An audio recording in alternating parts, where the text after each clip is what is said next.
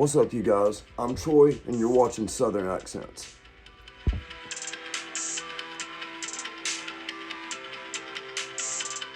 Thank you guys for tuning in to another episode. So today we're going to be taking a look at Life in Pink, the new documentary by MGK. So overall, I thought this was a really well done documentary. It kind of focused more on the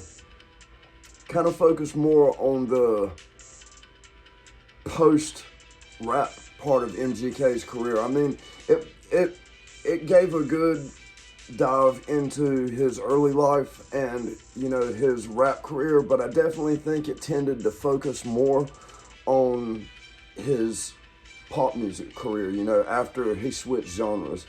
And the other thing that really it didn't really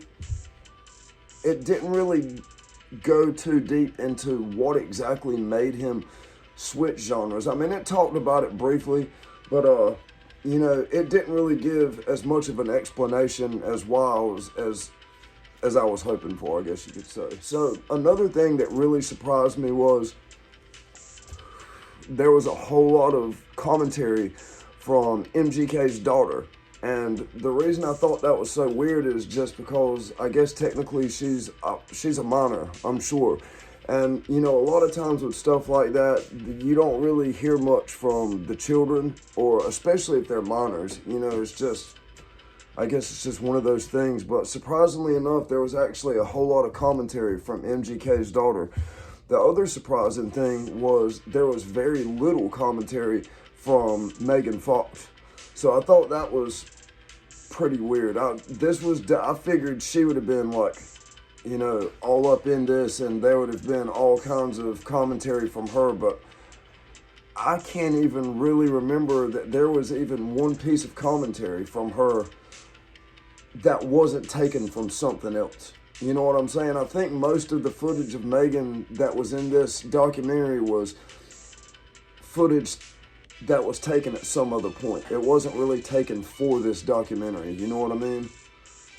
And then finally, the only other thing that I thought was kind of weird is nowhere do you ever see or hear anything from MGK's baby's mama. I guess his first girlfriend or whoever he was with when he had the daughter. You never see her, you never hear anything from her, and it just kind of makes me wonder, are they on good terms, or what's that whole deal about?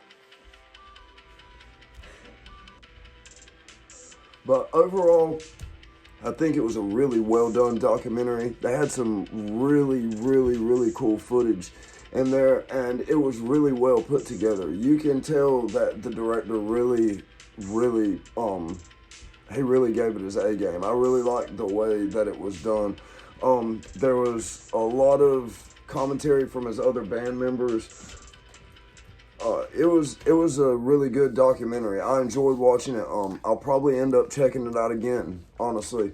And it's one of those things, I think, even if you're not a Machine Gun Kelly fan, it's still really cool just to kind of see another side of him that you might not have picked up on before, and just kind of, hearing some other people talk about him. And it really focused on some things that I wasn't aware of. Naturally, it's like his drug problem or his drug habit, and his mental health always seems to come into play whenever the discussion is on Machine Gun Kelly. But another thing this documentary focused on that I really wasn't aware of, just as being a fan myself, is how obsessed he got with trying to get the #1 album.